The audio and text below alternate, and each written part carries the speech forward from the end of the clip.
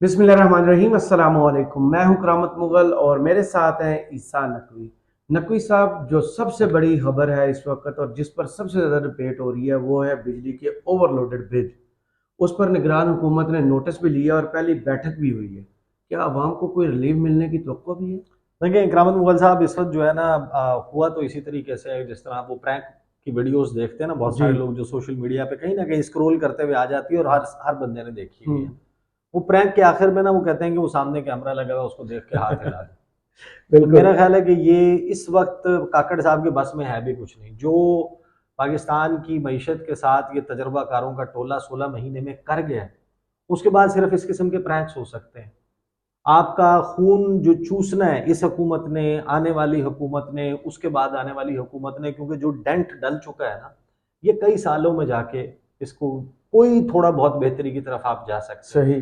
तो इन्होंने खून जो है वो आपकी गर्दन से चूसने के बजाय आपके बाजू से खून निकाल लेंगे, बाजू के बजाय आपकी टांग से खून निकाल लेंगे। सही। तो ये सब कुछ होना है। साइड बाय साइड दो खबरें आई हैं। काकड़ साहब ने जो नोटिस लिया था ना जी। अवाम को रिलीफ देने के हवाले से, उन्होंने ट्वीट किया। उन्होंने कहा कि जनाब, बिजली के भारी बिलों के मामले पर मैंने कल वज़ीर आज़म हाउस में हंगामी इजलास तलब कर लिया है। इजलास में वजारत बिजली और तकसीम कार कंपनियों से ब्रीफिंग ली जाएगी और सार्फिन को बिजली के बिलों के हवाले से ज़्यादा रिलीफ देने के हवाले से मुशावरत की जाएगी। इसके बाद ये इजलास हुआ। इजलास बेनतीजा ख़त्म हुआ। 48 घंटे में मजीद जो है इसके ऊपर सोच विचार की जाएगी और फिर फैसला किया जाएगा कि क्या रिलीफ दिया जा सकता है। आप किस्तें कर देंगे आपके बिलों की, जी। क्या आप एक नहीं, या इसके इम्पैक्ट को थोड़ा सा अगले 2 महीने में, 3 महीने में, लेकिन वो फिर सर्कुलर डेट बढ़ाता है, उसके हवाले से शराइत हैं। देखिए मैं आपको बता रहा हूँ कि जो इस वक्त इंटरनेशनल डेवलपमेंट्स हो रही हैं, जी। व्लादिमीर पुतिन, रूसी सदर, सऊदी वली अहद मोहम्मद बिन सलमान, उन्होंने जो काम किया है और वो जो करने जा रहे हैं, जी। पाकिस्तान के लिए खतरे की घंटी बजा दी। और कोई किसी जनाब भूल में न रहे। सही। जो पाकिस्तान के साथ गुज़श्ता 16 महीने में हो गया है ना, देखिए आपको डॉलर चाहिए ना, आपको डॉलर चाहिए। आपकी एक्सपोर्ट्स जो हैं वो नीचे चली गई हैं, सनत तबाह कर दी है बिल्कुल। शहबाज शरीफ साहब ने। हम अक्सर उस वीडियोस में तस्करा करते हैं तो उसको रिपीट करने का फ़ायदा नहीं है। सबको मालूम है कि आपके पास जो दो मेन सोर्सेज हैं, एक आप जनाब कोई चीज़, चले तीन मेन सोर्स कर लें क्योंकि बैगर्स कांट भी चूजर्स वाला भी तो है ना, कि या आपको कोई कर्जा दे देगा, भीख दे देगा, या आप कोई चीज़ बना के बाहर बेच देंगे, या आप जो या सासे बने हुए हैं वो बेच देंगे। या जो बाहर लोग आपके बैठे हुए हैं वो बैंकिंग चैनल से पैसा भेज देंगे, या ये आप बेचने वाली बात कर रहे जी। हैं। इसके अलावा कोई ऑप्शन नहीं है। डॉलर तो यहीं से आना है। जी। तो उसके ऊपर तो बर्बादी मचा के चले गए ना शहबाज शरीफ और उनके हमनवा। जी।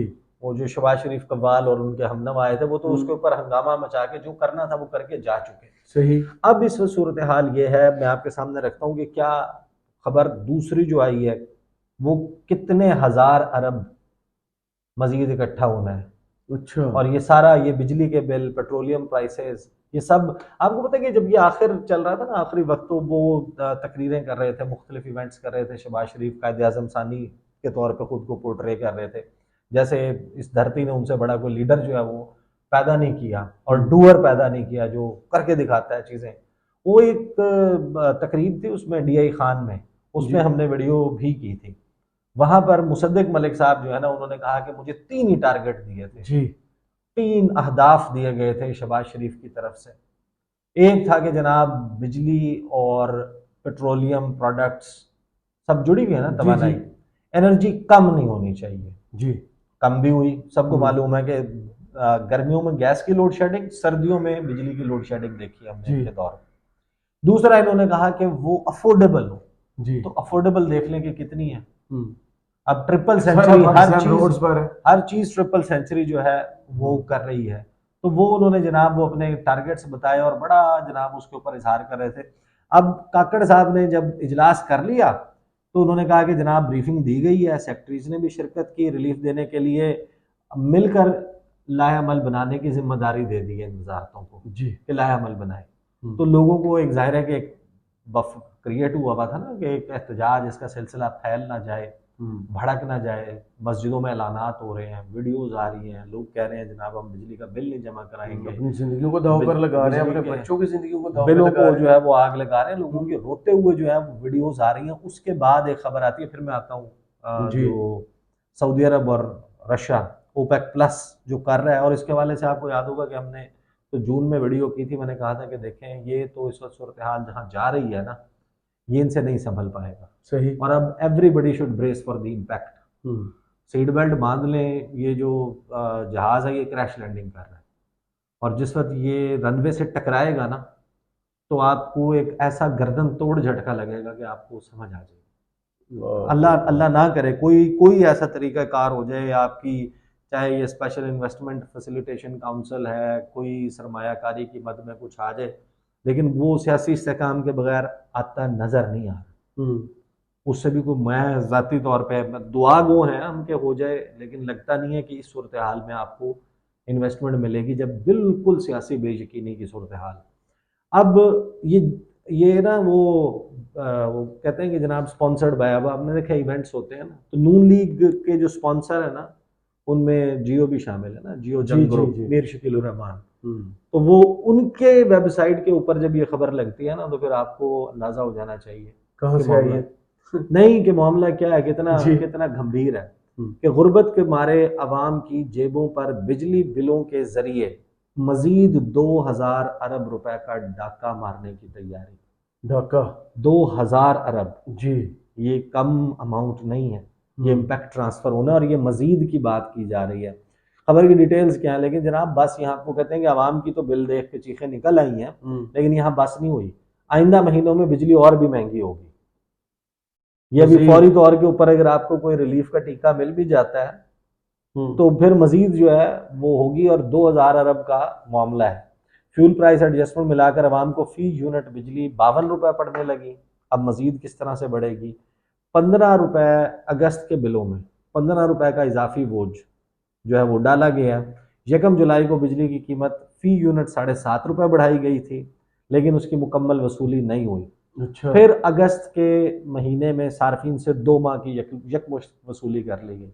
ये हमने आपको याद होगा जी। वीडियो की थी इसके हवाले से बिल्कुल। कि ये अभी नहीं आएगा। इन्होंने आगे जाके डिसीजन लिया है जुलाई के एक ऐसे वक्त में, और उसका इतलाक 1 जुलाई से कर दिया है। मीटर रीडिंग जब आपकी पूरे महीने की टैरिफ के साथ होगी, इनके हुकूमत जाने के बाद जो बिल आएगा ना, वो आपके होश उड़ा देगा। बिल्कुल वैसा ही हुआ। तो अब ये बता रहे हैं कि जनाब 2000 अरब जो है वो मजीद इसके ऊपर टैक्सेस आएंगे, फ्यूल प्राइस एडजस्टमेंट के नाम के ऊपर आएगा, और इस सारे मामले का कोई वे आउट नहीं है। उसकी वजह पता है क्या, देखें हुकूमतें जो हैं वो बफर क्रिएट करती हैं, जाहिर है कि अब सब्सिडी देनी होती है, एक ख़ास लिमिट तक जो लोग उनका इनकम क्लास है उसको आप दे देते हैं, लेकिन उसमें तो वो होता है ना कि जब आपने आपकी मईशत को थोड़ा बहुत फ्लरिश कर रही हो, ग्रो कर रही हो, आपके पास पैसे मौजूद हो, अब आपने हर किस्म के टैक्सेस लगाए हुए हैं IMF की वजह से। जी। IMF आपसे जाहिर है कि उन्होंने शराइत रखी, उन्होंने कहा भाई ना आपकी एक्सपोर्ट्स बढ़ी हैं, एक्सपोर्ट्स नीचे हैं, डिक्लाइन के ऊपर हैं, आपकी इकोनॉमी ग्रो नहीं कर रही, सर्कुलर डेट इतना आप ज्यादा, उसको कम करें। आपका कोई जरिया नहीं है हमें पैसे लौटाने का, तो उसका तरीका कार यह है कि आप आवाम पे ये टैक्सेस डालें।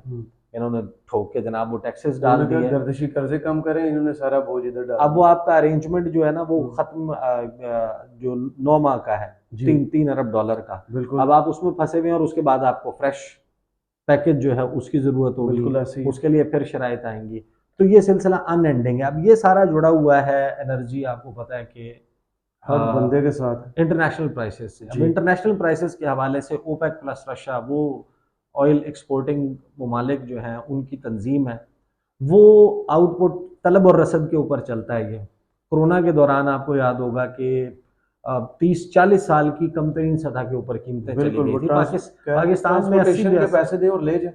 पाकिस्तान में 80-82 रुपए का जी पेट्रोल मिल रहा था। जी जी। आप अंदाज़ा लगाएं कि पाकिस्तान में 80-82 चल रहा था 2020 में, और उसकी वजह क्या थी। देखें, कोरोना की वजह से पूरी दुनिया में इंडस्ट्री बंद हो गई, ट्रैवल बंद हो गया, जहाज़ उड़ना बंद हो गए, इंटरसिटी ट्रैवल भी बंद था, हाँ जी। लॉकडाउन लगे हुए थे। जब ये सारा कुछ बंद हो गया तो जाहिर है कि जो पेट्रोलियम प्रोडक्ट्स हैं उनकी खपत, उनकी जो है वो तलब में कमी आई, सप्लाईज अवेलेबल थी, अबंडेंस में थी, तो आपका वो सस्ता हो गया। अब सऊदी अरब और रशिया, सऊदी अरब का है विजन 2030, सही। विजन 2030, नियोम शहर बनाना है, 500 अरब डॉलर का वो प्रोजेक्ट है। उन्होंने एशियन गेम्स का इनेकाद करना है, $500 अरब का उनका उसके लिए बजट है। फिर जो विजन 2030 है उसके लिए हज़ारों अरब डॉलर, अब 500 अरब नहीं, 500 अरब डॉलर की बात कर रहा जी हूँ। जी जी। तो ट्रिलियंस ऑफ डॉलर्स उन्होंने शोर अप करने, ताकि वो 2030 में सऊदी अरब को जो ऑयल एक्सपोर्ट्स हैं उससे अपनी इकोनॉमी को निकालना है। सही। दूसरी तरफ है रशिया, रशिया यूक्रेन वाली वॉर में फंसा हुआ है, उसके ऊपर लगी हुई हैं सैंक्शंस, पाबंदियां।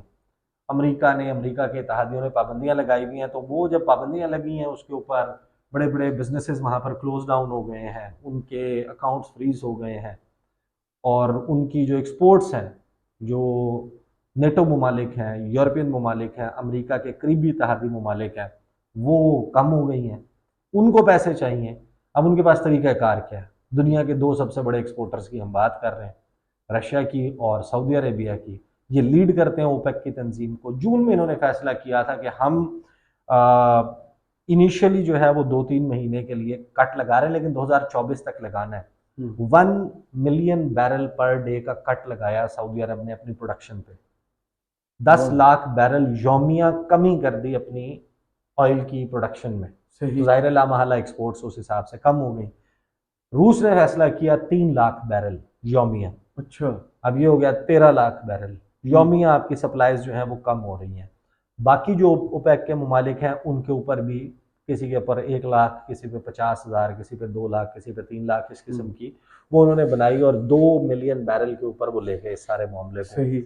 अब ये था कि शायद क्योंकि कीमतें बढ़ी हैं, ख़ास तौर पे जो अब लास्ट मंथ गुजरा है, ये अगस्त का महीना गुजरा है, 14% जो है वो ब्रेंट का प्राइसेस में इंक्रीज है, बढ़ी हैं, और जनवरी 2022 के बाद सबसे बड़ा जंप है ऑयल प्राइसेस में इंटरनेशनल मार्केट में। सही।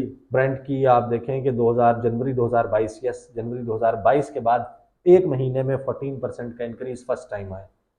अब सऊदी अरब और रशिया के हवाले से और ओपेक प्लस के हवाले से रॉयटर्स ने खबर ये दी है कि ये दोनों मुल्क फैसला कर चुके हैं कि अपना जो कट है इसका रोल ओवर सितंबर और अक्टूबर उसके लिए ये कर रहे हैं। सितंबर और अक्टूबर में भी इनका कट जो है वो जारी रहेगा। इवेंचुअली इस प्रोडक्शन के कट को बढ़ाया जाएगा। सही। और 2024 के दिसंबर तक ये मामला ऐसे ही चलेगा। इन्होंने मार्केट से निकालने हैं पैसे, और पैसे तभी आएंगे जब पेट्रोलियम प्रोडक्ट्स की प्राइसेस ऊपर होंगी। अब इसका टेक्निकली स्पीकिंग इसका मतलब ये है कि पाकिस्तान के अवाम किसी करिश्मे, किसी मौजज़े का इंतज़ार ना करें और बस हाथ उठा उठा के भाई दुआएं दें ये शहबाज शरीफ ने जो आके किया। देखिए, इम्पैक्ट पूरी दुनिया के ममालिक पे आएगा। हर मुल्क जो है वो दुनिया का सबसे बड़ा इम्पोर्टर ऑफ ऑयल चाइना है जी, चाइना भी अफेक्ट होगा, दुनिया के बहुत सारे मुल्क अफेक्ट होंगे, लेकिन उन ममालिक ने अपने ज़ाहिर है कि सिस्टम्स, ऑर्डर्स, मईशत इतनी मजबूत की होती है कि इम्पैक्ट लोगों के ऊपर जाता ज़रूर है, लेकिन उसमें आप ये नहीं करते कि जो सबसे लोएस्ट तबका है उसके ऊपर भी पूरा इंटरनेशनल प्राइसेस का इम्पैक्ट। और दूसरा, जो आपकी पेट्रोलियम डेवलपमेंट लेवी लगी हुई है 55 रुपए की पर लीटर, आपके जो एक्स रिफाइनरी प्राइस है, आपने जनरल सेल्स टैक्स डाला हुआ है, आपने बिजली, आपको पता है कि अगेन हमारे यहाँ जो है उसके लिए जो main one of the main sources, आप तेल से बिजली बनाते हैं, तो वो वहाँ से जनाब आपका होगा।